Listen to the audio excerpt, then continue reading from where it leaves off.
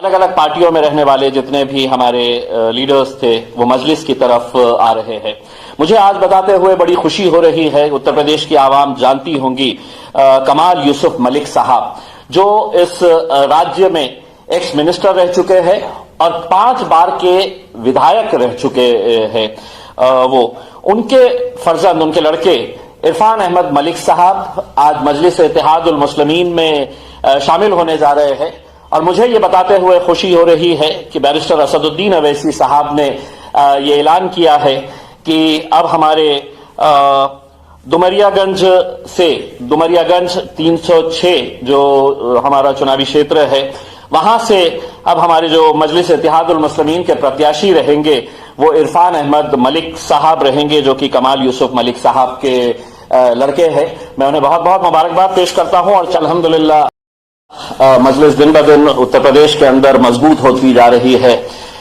इसके बावजूद कि तमाम राजनीतिक पार्टियों की तो यही कोशिशें चल रही है, और अल्हम्दुलिल्लाह आपने देखा कि पूरे महाराष्ट्र के अंदर 48 लोकसभा की सीटें हैं, लेकिन वहां से सिर्फ एक मुसलमान एमपी चुनकर आता है और वो इम्तियाज जलील रहता है मजलिस इत्तेहादुल मुस्लिमीन की तरफ से। ये कैसे मुमकिन होता है? क्योंकि हम एक ताकत बनकर खड़े रहे। इतने सालों तक ये तमाम राजनीतिक पार्टियों ने कैसा खेल खेला है। अस्सलाम वालेकुम व रहमतुल्लाहि व बरकातहू। मैं धौलाना की तमाम आवाम से, नौजवानों से, बुजुर्गों से मुबारकबाद देता हूं कि आप लोग वहां पर इकट्ठा हुए हैं हमारे उम्मीदवार हाजी आरिफ अली साहब के लिए। इससे पहले कि मैं अपनी तकरीर की शुरुआत करूं, मैं एक और अच्छी खबर सुनाना चाहता हूं। मजलिस इत्तेहादुल मुस्लिमीन अल्हम्दुलिल्लाह आप लोगों के जोश जज्बे और आप लोगों की दुआओं की वजह से दिन ब दिन बढ़ती जा रही है, उसे ताकत मिल रही है। और उत्तर प्रदेश के अंदर आए दिन अलग अलग पार्टियों में रहने वाले जितने भी हमारे लीडर्स थे वो मजलिस की तरफ आ रहे हैं।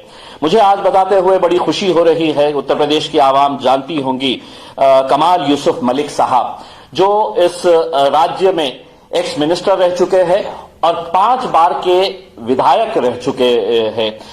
वो उनके फर्जंद, उनके लड़के इरफान अहमद मलिक साहब आज मजलिस इत्तेहादुल मुस्लिमीन में शामिल होने जा रहे हैं।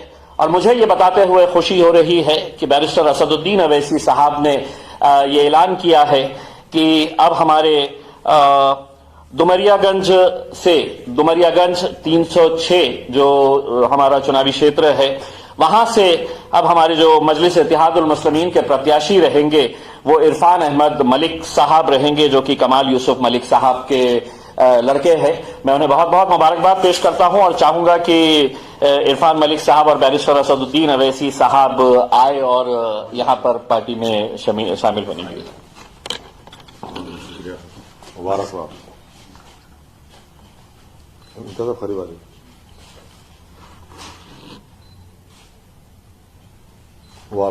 ऑल द बेस्ट आपको, अल्लाह कामयाबी दे आपको। बहुत शुक्रिया। सबका साथ मिलिए।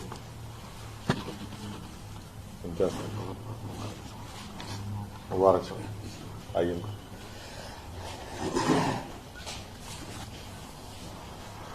तो लीजिए, अल्हम्दुलिल्लाह मजलिस दिन ब दिन उत्तर प्रदेश के अंदर मजबूत होती जा रही है। इसके बावजूद कि तमाम राजनीतिक पार्टियों की तो यही कोशिशें चल रही है, यही साजिशें चल रही है, सारे षड्यंत्र खेले जा रहे हैं कि मजलिस यहां पर कामयाब नहीं होनी चाहिए, मजलिस यहां पर मजबूत नहीं होनी चाहिए। लेकिन आवाम जो है उसने इस बार तय कर लिया है कि इस बार वो मजलिस इत्तेहादुल मुस्लिमीन के साथ जाएंगे, बैरिस्टर असदुद्दीन अवैसी साहब को के हाथों को मजबूत करेंगे।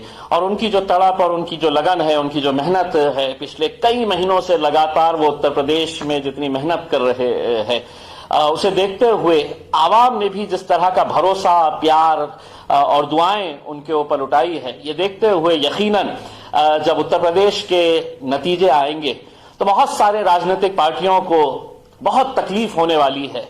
इसीलिए तकलीफ होने वाली है कि वो आज तक ये समझते थे कि इस राज्य का जो मुसलमान है, दलित है, पिछड़ा वर्ग है, वो हमारी जागीर है और इनका काम तो सिर्फ ये है कि हमको वोट देते रहना और हम सियासत के ऊंची ऊंची कुर्सियों पर जाकर हम बैठेंगे करके। लेकिन असद साहब ने जब ये ऐलान किया है कि नहीं, हम चाहते हैं कि उत्तर प्रदेश की आम गलियों से भी हमारे नेता तैयार होने चाहिए, हमारे वो नुमाइंदे तैयार होने चाहिए जो उत्तर प्रदेश की विधानसभा के अंदर जाए और तुम्हारे जो मसले मसाइल है उसको पेश करे। वरना आज तक हमने क्या देखा है, तमाम वो लीडर्स जो अपनी अपनी राजनीतिक पार्टियों के लिए एक गुलामी का काम करते हैं, वो कहते हैं उठो तो उठते हैं, बैठो तो बैठते हैं। मजलिस के अंदर जितने भी लोग आते हैं, मजलिस के जितने भी नुमाइंदे होते हैं, ये ऐवान के अंदर भी आवाज उठाते हैं और ऐवान के बाहर भी चाहे सरकार किसी की भी हो, आंख में आंख डालकर अगर उनसे सवाल करने की अगर किसी में जुर्रत है तो वो मजलिस इत्तेहादुल मुस्लिमीन के अंदर है। हमने आज मेरठ के हस्तिनापुर में हम जाकर वहां पर जब एक जलसा लिए तो वहां के नौजवानों का जोश और जज्बा देखकर इस बात का यकीन हुआ। वहां पर हमारा एक जो दलित भाई इलेक्शन लड़ रहा है, विनोद जाटव, उसके लिए जो मजलिस इत्तेहादुल मुस्लिमीन के तमाम नौजवान जिस जोश के साथ खड़े थे, तमाम बुजुर्गों ने यह तय किया है कि इस बार हम मजलिस को वहां से कामयाब करेंगे। तो इसी तरह से यही माहौल पूरे उत्तर प्रदेश के अंदर देखा जा रहा है।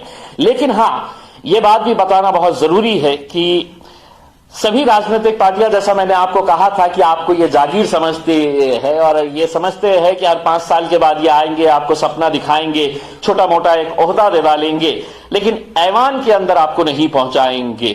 वरना उत्तर प्रदेश जैसे राज्य से, उत्तर प्रदेश जहां पर इतनी बड़ी आबादी, इतनी बड़ी तादाद के अंदर यहां पर मुसलमान, दलित, पिछड़े, क्या वजह है कि हर 5 साल के बाद आपकी जो नुमाइंदगी है, चाहे वो पार्लियामेंट के अंदर हो, चाहे वो विधानसभा के अंदर हो, हर 5 साल को क्यों घटती जा रही है? वो इसलिए घटती जा रही है कि इनकी सोच, इनकी समझ ये है, भारतीय जनता पार्टी वाला सोचता है कि नहीं एसपी आ जाए चलेगा, समाजवादी पार्टी वाला सोचता है कि नहीं कांग्रेस आ जाए चलेगा, कांग्रेस वाला सोचता है कि भाजपा आ जाए, समाजवादी पार्टी आ जाए, ये चलेगा।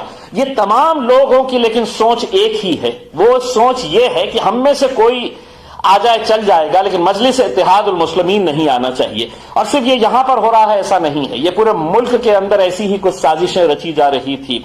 अल्हम्दुलिल्लाह, जो लोग मुझे पहचानते नहीं है, मैं महाराष्ट्र के उस औरंगाबाद जिले से आता हूं जहां पर पिछले 25 सालों से शिवसेना का सांसद चुनकर आता था। जब असदुद्दीन अवैसी साहब ने यह ऐलान किया कि औरंगाबाद से मजलिस इत्तेहादुल मुस्लिमीन भी इलेक्शन लड़ेगी और इम्तियाज जलील इलेक्शन लड़ेगी, तो यही वो राजनीतिक पार्टियां हैं, यही वो राजनीतिक पार्टियां जिसके अंदर समाजवादी पार्टी थी, जिसमें कांग्रेस पार्टी थी, जिसमें शरद पवार की एनसीपी पार्टी थी। ये लोग औरंगाबाद में आते और यही कहते कि नहीं, ये तो खड़े रह रहे हैं, ये सिर्फ वोट काटने के लिए। हमने अपनी आवाम से कहा था कि सुनो सबकी, लेकिन करो अपने मन की, और एक मर्तबा इलेक्शन के दिन निकलते वक्त ये तय करके चलो कि मैं अगर किसी को वोट डालूंगा तो सिर्फ पतंग की निशानी के ऊपर डालूंगा। मेरी यहां पर जीत होगी तो ताकत मिलेगी मेरे कायद बैरिस्टर असदुद्दीन अवैसी साहब को। और अल्हम्दुलिल्लाह आपने देखा कि पूरे महाराष्ट्र के अंदर 48 लोकसभा की सीटें हैं, लेकिन वहां से सिर्फ एक मुसलमान एमपी चुनकर आता है और वो इम्तियाज जलील रहता है मजलिस इत्तेहादुल मुस्लिमीन की तरफ से। ये कैसे मुमकिन होता है? क्योंकि हम एक ताकत बनकर खड़े रहे। इतने सालों तक ये तमाम राजनीतिक पार्टियों ने कैसा खेल खेला है? तो कुछ को कहा कि कुछ कांग्रेस में चले गए, तो कांग्रेस वालों ने उन्हें मनाया, कुछ समाजवादी पार्टी के पीछे चले गए, कुछ और राजनीतिक पार्टियों के पीछे चले गए। हम बढ़ गए, हम बिखर गए, इसलिए हम अपनी ताकत, हमारी मौजूदगी सियासत के अंदर खत्म करते गए। अगर हम एक प्लेटफॉर्म के ऊपर आए, एक ताकत बनकर खड़े रहे, तो हम क्या कुछ नहीं कर सकते हैं। अगर हम औरंगाबाद में कर सकते हैं तो हम उत्तर प्रदेश के अंदर भी कर सकते हैं।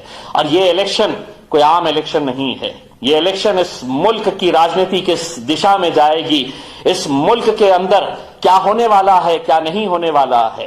भारतीय जनता पार्टी पूरी एड़ी चोटी का जोर लगा रही है कि उत्तर प्रदेश उनके हाथ से नहीं निकलना चाहिए। समाजवादी पार्टी समझती है कि ये मुसलमानों के पीछे हम जाओ ना जाओ, ये क्या करेंगे, इन्हें हम भारतीय जनता पार्टी का डर दिखाएंगे और वोट अपने खजाने में लेकर जाएंगे। लेकिन नहीं मेरे भाइयों, एक मर्तबा पिछले 70 सालों से आपने क्या किया है? आपने वो जैसा कहते थे आपने सुना। मजलिस तो यहां पर थी नहीं, वरना क्या वजह है कि मजलिस नहीं रहने के बावजूद कि यहां पर भारतीय जनता पार्टी की अगर हुकूमत बनती है तो क्या वजह है एक मर्तबा अगर आप एक प्लेटफॉर्म के ऊपर आगे एक ताकत बनकर खड़े रहे और इस बार ये तय कर ले कि जीत और हार का जो भी फैसला होगा मैं अपने रब पर छोड़ूंगा, लेकिन मेहनत करूंगा, मैं पूरी शिद्दत के साथ मेहनत करूंगा, लड़ूंगा इलेक्शन के दौरान, और ये नहीं समझूंगा मैं कि कोई उम्मीदवार के लिए मैं इलेक्शन लड़ रहा हूं। ये अपने आप के लिए आपको ये इलेक्शन लड़ना है, अपने बच्चों के मुस्तकबिल के लिए आपको ये इलेक्शन लड़ने का है। आने वाला वक्त कैसा है शायद आप इससे बेखबर है, आपको नहीं पता है कि कैसे कैसे कानून इस मुल्क के अंदर लाने वाले हैं, कैसी कैसे साजिशें आप लोगों के खिलाफ रची जाने वाली है, शायद आप इससे बेखबर है।